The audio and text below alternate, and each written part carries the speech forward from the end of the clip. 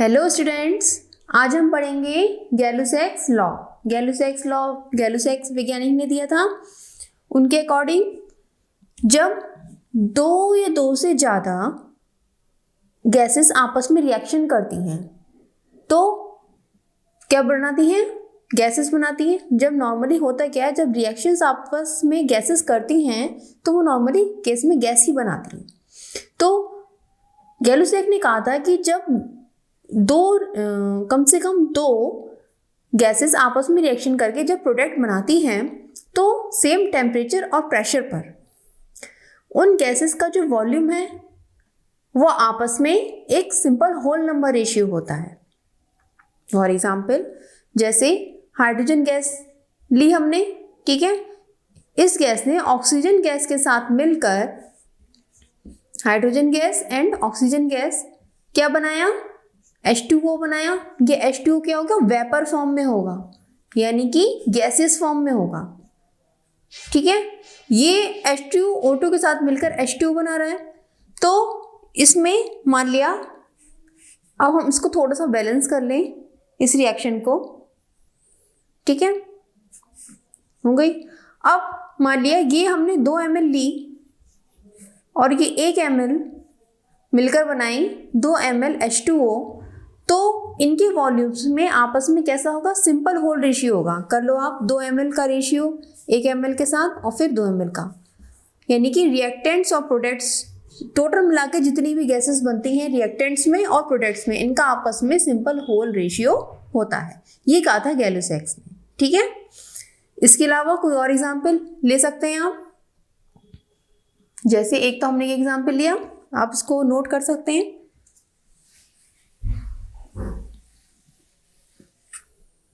Next example, जैसे nitrogen hydrogen के साथ मिलकर क्या बनाती है? अमोनिया। दोनों कैसी हैं? गैसियस फॉर्म में क्या बनाया? अमोनिया बनाया। अब थोड़ा रिएक्शन को बैलेंस कर लो, हो गई बैलेंस। 2 नाइट्रोजन के इधर भी और 6 हाइड्रोजन के इधर भी। नाइट्रोजन का 1 ml हाइड्रोजन के 3 ml से रिएक्ट करके NH3 के 2 ml बना रहे हैं, ठीक है। तो यहाँ पर इनके वॉल्यूम्स का रेशियो क्या होगा? 1:3:2, ठीक है। ये वॉल्यूम का रेशियो हो गया। और ये कैसा है? Simple whole ratio. Simple whole ratio का मतलब क्या होता है? जैसे 1:3:2, 1:2:1 हो गया, 1:1:2, ये सिंपल होल रेशियो कहलाते हैं। जैसे 2:3:1, इस तरह से। ज़्यादा बड़े नहीं लेंगे हम, 4, 5, 6, 7, 8, वो हम नहीं लेते हैं, वो सिंपल होल रेशियो नहीं कहलाते हैं। तो ये हो गया गैलुसैक्स लॉ। अब इसका आप स्टेटमेंट लिख लो, ठीक है। स्टेटमेंट लिख लीजिए आप। When gases combines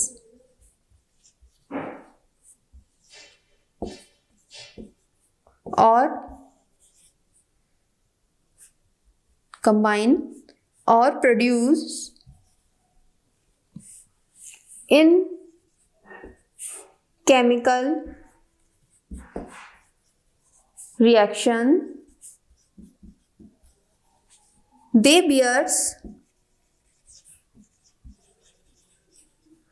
whole number ratio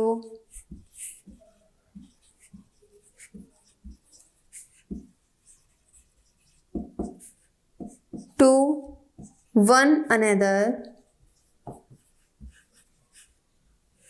by volume at same temperature and pressure, ठीक है।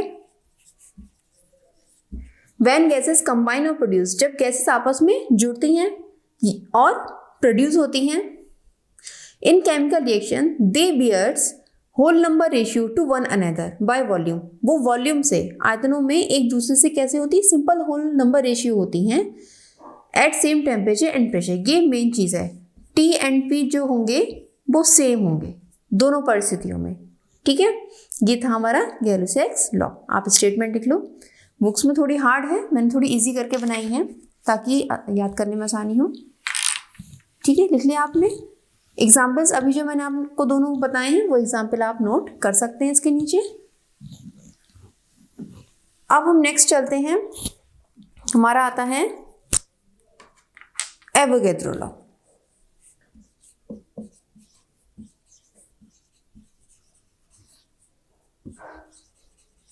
नाम से पता चल रहा है किन्होंने दिया, एवोगैड्रो ने दिया था। उन्होंने क्या बताया, देखो मोस्टली लॉ जो है ना सेम टेम्परेचर एंड प्रेशर कोई ना कोई फैक्टर सेम रहता है। 3 फैक्टर होते हैं, टेम्परेचर, प्रेशर और वॉल्यूम। जब हम बात वॉल्यूम की करेंगे तो टेम्परेचर प्रेशर फिक्स कर देंगे, जब प्रेशर की बात करेंगे तो टेम्परेचर वॉल्यूम फिक्स कर देंगे। जैसी भी जो सिचुएशन होती है उसके हिसाब से हम करते हैं। तो यहाँ पर क्या है हमारा सेम टेम्परेचर एंड प्रेशर। क्या होता है इसमें, ये इन्होंने क्या बताया एवोगैड्रो ने कि जो गैसेस के वॉल्यूम्स होते हैं अगर वो हम समान कर दें, जैसे मान लिया मैंने एक कंटेनर में H2 गैस ली, N2 गैस ली और O2 गैस ली, 3 गैसें ली हमने, ठीक है। मैंने इनके वॉल्यूम समान कर दिए, 100 ml H2 कर दी, 100 ml N2 कर दी और 100 ml ही मैंने O2 ली, ठीक है। एक जैसे वॉल्यूम हो गए, वॉल्यूम सबके सेम है। तब क्या होगा, जब वॉल्यूम सेम होते हैं डिफरेंट गैसेस के तो नंबर ऑफ मॉलिक्यूल्स भी सेम हो जाते हैं। वॉल्यूम सेम हो गए, नंबर ऑफ मॉलिक्यूल्स, मान लिया n है, H2 के कितने हैं, n है, तो N2 के भी कितने होंगे n और O2 के भी कितने होंगे n, ठीक। यानी कि at same temperature and pressure equal volume of all gases contain equal number of molecules.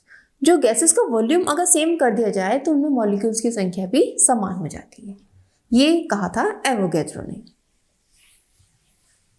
अब स्टेटमेंट लिख लेंगे, एट सेम टेम्परेचर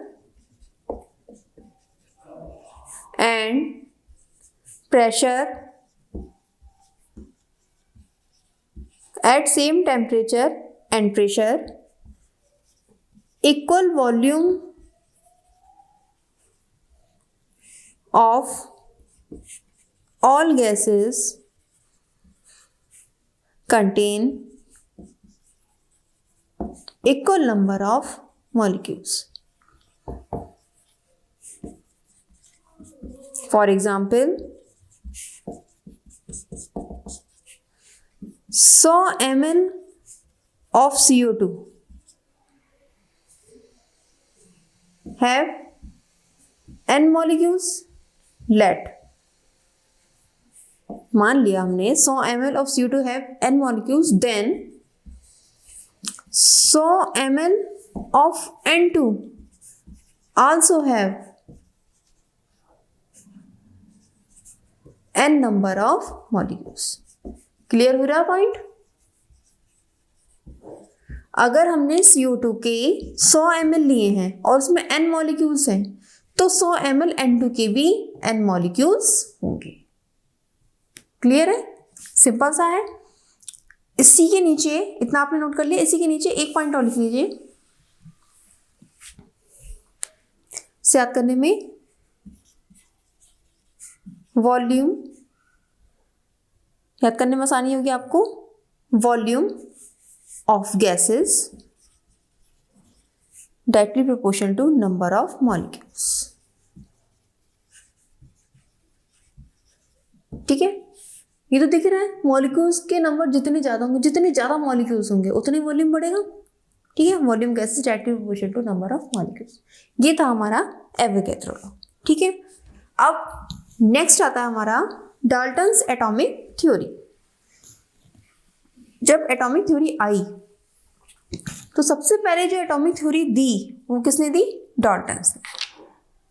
तो हम नेक्स्ट लेके चलते हैं हमारी डाल्टन्स एटॉमिक थ्योरी।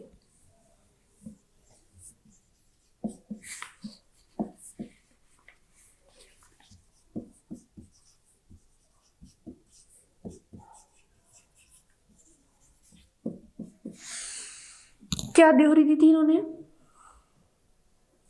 इन्होंने ये कहा था जो एटम होता है वो एटम किसी भी मॉलिक्यूल के लिए या किसी भी एलिमेंट के लिए एटम जो होता है सबसे स्मॉल, और एटम के पार्टिकल कैसे होते हैं, स्मॉल होते हैं और इंडिविजिबल होते हैं। ठीक है, इनकी जगह आप अन लिखिए, अनडिविजिबल, ये ज़्यादा क्लियर हो रहा है। अनडिविजिबल यानी कि हम एटम को विभाजित नहीं कर सकते, उसको और छोटे टुकड़ों में नहीं बांट सकते हैं।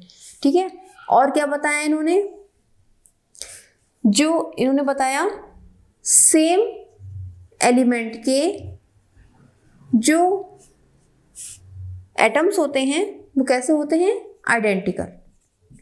सेम एलिमेंट के एटम्स आइडेंटिकल, जैसे हाइड्रोजन है तो हाइड्रोजन के एटम सारे कैसे होंगे, एक जैसे होंगे, उनकी शेप, उनकी स्ट्रक्चर, प्रॉपर्टीज, मास सब एक जैसा होगा। और क्या बताया इन्होंने, डिफरेंट एलिमेंट के जो एटम होंगे वो कैसे होंगे, डिफर होंगे। जैसे हाइड्रोजन अगर छोटा है तो Fe उसके मुकाबले बड़ा हो जाएगा, क्लोरीन बीच के साइज का हो जाएगा, ये उन्होंने बताया। और क्या बताया इन्होंने, एटम सबसे छोटा, atom is smallest,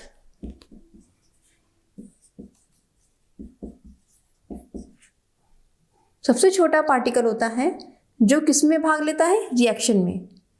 atom is smallest होता है जो टेक्स पार्ट इन रिएक्शन। इसको हम इस तरह से लिखो आप, atom take part in reaction. जब भी रिएक्शन होती है तो एटम ही उसमें पार्टिसिपेट करता है। जब एक जैसे एटम या कुछ अलग टाइप के एटम आपस में जुड़ते हैं तो क्या बनाते हैं, जैसे HCl से जुड़ा तो क्या बनाया, कंपाउंड एटम। क्या बनाया, कंपाउंड एटम। ठीक है, पहले जो है एटम की से जुड़ के जो मॉलिक्यूल बनता है, अब तो क्या कहते हैं, मॉलिक्यूल कहते हैं। दो एटम आपस में जब जुड़ते हैं तो एक मॉलिक्यूल बनाते हैं, लेकिन डाल्टन ने क्या यूज किया था word, compound atom. That is important, कभी कभी क्वेश्चन आता है डाल्टन ने कौन सा वर्ड यूज किया था, डेट इज कंपाउंड एटम। ठीक है, और नेक्स्ट पॉइंट उन्होंने बताया, atom neither be created nor destroy. Atom को ना तो क्रिएट किया जा सकता है नॉट डेस्ट्रॉय, इसको डेस्ट्रॉय भी नहीं किया जा सकता। ठीक है, तो ये जो मैंने फ्लो चार्ट बनाया है ये आपकी लर्निंग टिप्स है। एक टिप है कि हम कैसे याद रखें, कितने पॉइंट्स हैं, पहला पॉइंट, दूसरा पॉइंट, तीसरा पॉइंट, चौथा पॉइंट, पांचवा पॉइंट और छठा पॉइंट। ये हमारी लर्निंग टिप्स है। 6 पॉइंट्स में डाल्टन्स एटॉमिक थ्योरी कंप्लीट हो गई है। ठीक है, ये आप इसको लिख सकते हैं ताकि जिससे आपको याद रहें पॉइंट्स। ठीक है, अब इसके पॉइंट्स लिख लेते हैं। 6 पॉइंट्स हैं, लिखिए आप मेरे साथ साथ। फर्स्ट पॉइंट है, matter is made up of small indivisible particles called atoms. Second point, atoms of the same element are identical in all respects. Next point, atoms of different elements differ in properties and weight. ठीक है, note कर लिया। 3 point ये हैं, pause कर लीजिए, आप video note कर लीजिए, मैं आगे चलती हूँ अपना। 4th point, atom is the smallest particle which can take part in a chemical reaction.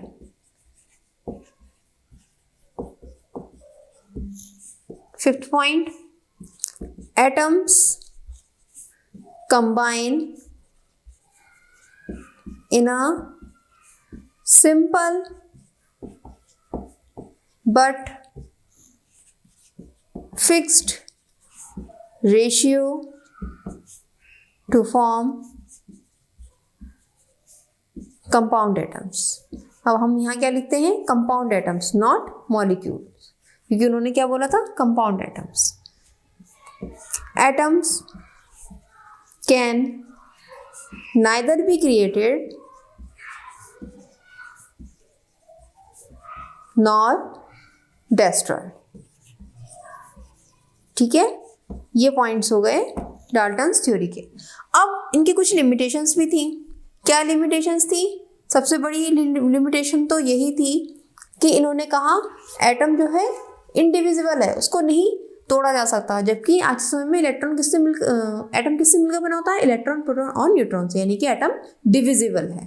ठीक है, दूसरी बात क्या कही उन्होंने जो है आइसोटोप और आइसोबार का कोई आइडिया ही नहीं दिया। हमने पढ़े हैं ना मॉडर्न थ्योरी में आइसोटोप एंड आइसोबार, वो उन्होंने कोई आइडिया नहीं दिया। उन्होंने स्ट्रक्चर ऑफ एटम का कोई आइडिया नहीं दिया। ठीक है, तो ये हो गए उनके लिमिटेशंस। और उन्होंने क्या कहा, कंपाउंड एटम्स, जबकि इसको आज नाम दिया गया है मॉलिक्यूल्स। तो ये उनके हो गए लिमिटेशंस। लिख लीजिए आप लिमिटेशंस भी, पूरा ही एक नोट बन जाएगा आपका। First point, know explain the idea of isotopes and isobars.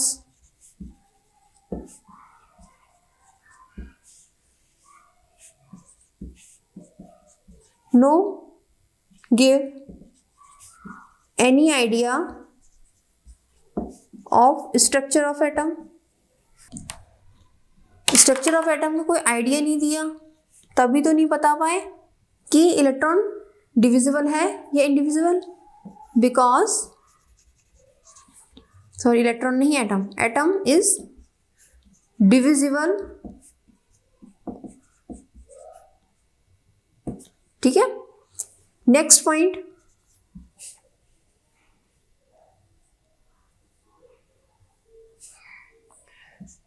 Know explain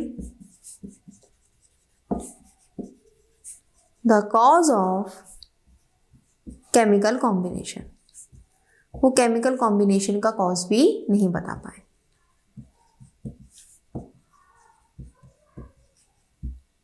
ठीक है, तो ये तो हो गए इनके लिमिटेशंस। एक लिमिटेशन आप और ऐड कर लीजिए आप कि now compound atoms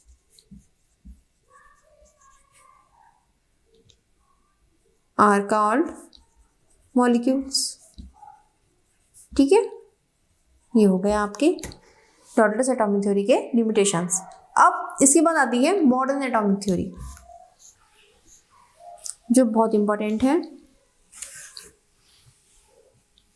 modern atomic theory में क्या हुआ, जब इलेक्ट्रॉन, प्रोटॉन और न्यूट्रॉन की खोज हुई, इलेक्ट्रॉन की खोज करी थी जे थॉमसन ने, प्रोटॉन की खोज करी रदरफोर्ड ने, और चैडविक ने न्यूट्रॉन की खोज करी, नील बोर्स आए, तो बोर्स मॉडल दिया उन्होंने। तो जिस तरह से डेवलपमेंट होता चला गया, एटम की स्ट्रक्चर के बारे में जानकारी मिलती चली गई, तो तब से फिर एक मॉडर्न एटॉमिक थ्योरी आई जिसमें काफ़ी कुछ चेंज किया गया डाल्टन की थ्योरी में। तो क्या पॉइंट्स थे आप लिख लीजिए। Modern atomic theory,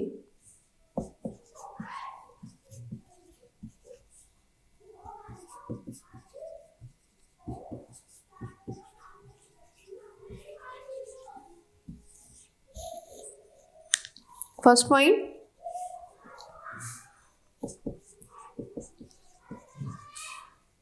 atom is no longer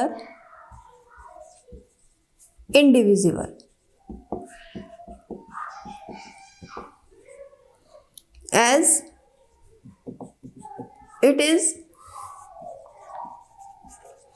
composed of electron, proton and neutron. मैंने शॉर्ट में लिख दिया है, आप चाहें तो फुल लिख सकते हैं।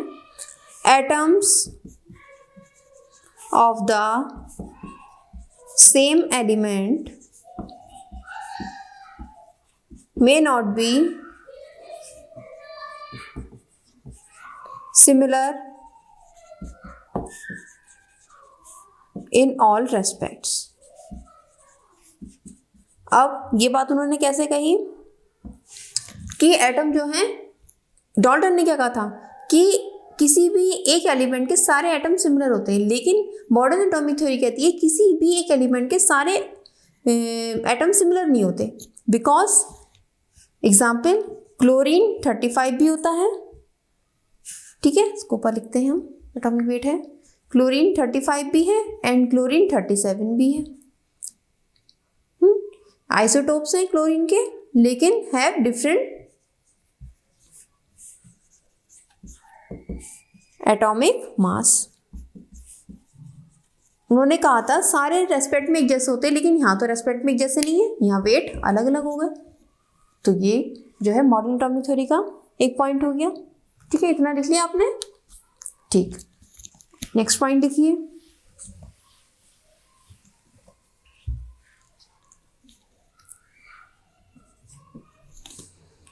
Atoms of the different elements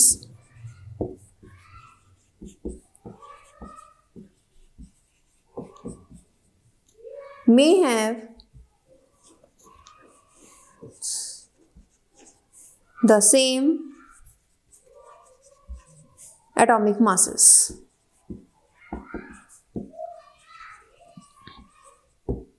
ठीक, जैसे उन्होंने क्या कहा था, डिफरेंट एलिमेंट्स पूरी तरह से डिफरेंट होते हैं, उनमें कुछ भी सेम नहीं होता, लेकिन मॉडर्न एटॉमिक थ्योरी क्या कहती है, डिफरेंट एलिमेंट्स में भी कुछ सेम होता है। क्या सेम होती है उनमें? Atomic mass. जैसे आर्गन एंड कैल्शियम का सेम एटॉमिक मास है, क्या है, बोलो, 40, ठीक है। ये क्या कहलाएंगे यहाँ पे? आइसोबार्स कहलाते हैं। Clear? Next, there are no compound atoms, there are no compound atoms, but these are called molecules। ये हमने लिमिटेशन में ही पढ़ा था। Next, atoms of one element can be changed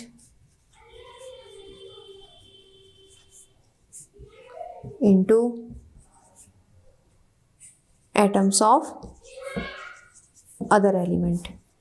एक टाइप के एलिमेंट को अदर एलिमेंट में चेंज कर सकते हैं, क्यों नहीं कर सकते? आप नेक्स्ट आगे टॉपिक पढ़ोगे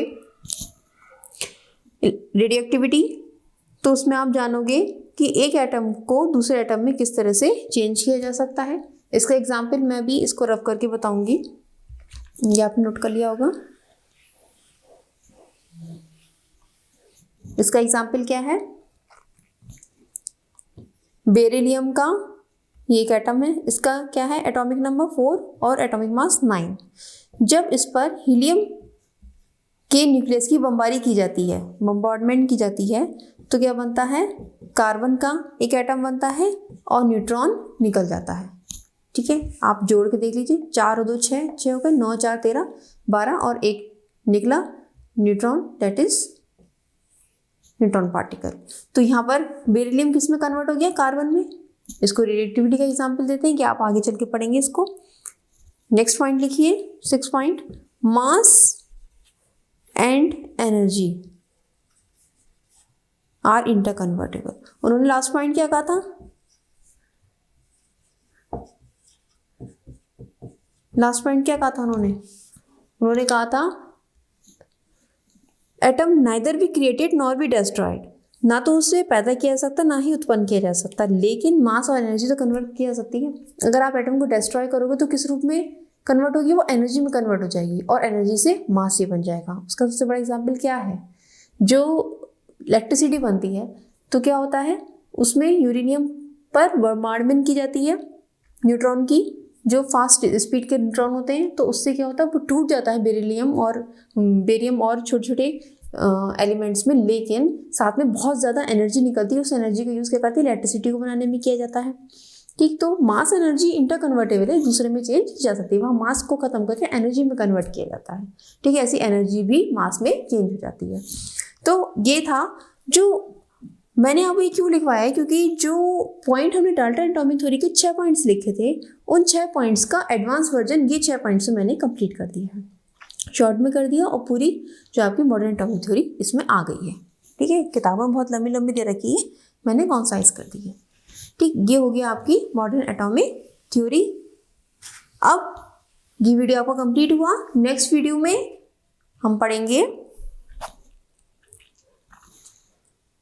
सबसे महत्वपूर्ण topic, most important topic of chemistry, that is mole concept. उससे पहले थोड़ा सा ग्राम, एटॉमिक मास यूनिट, इन सब के बारे में हम जानेंगे। मेन चीज़ क्या है, मोल कॉन्सेप्ट, जो हम नेक्स्ट वीडियो में पढ़ेंगे। तब तक आप पढ़ते रहिए। All the best.